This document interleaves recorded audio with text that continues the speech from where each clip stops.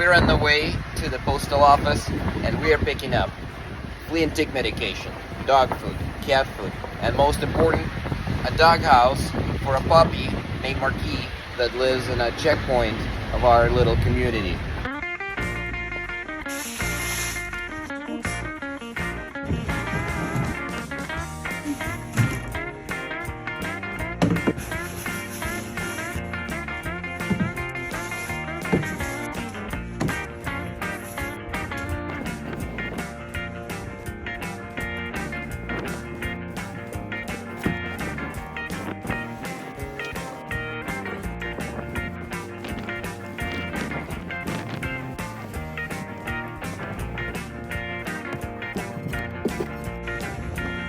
A 100-pound box.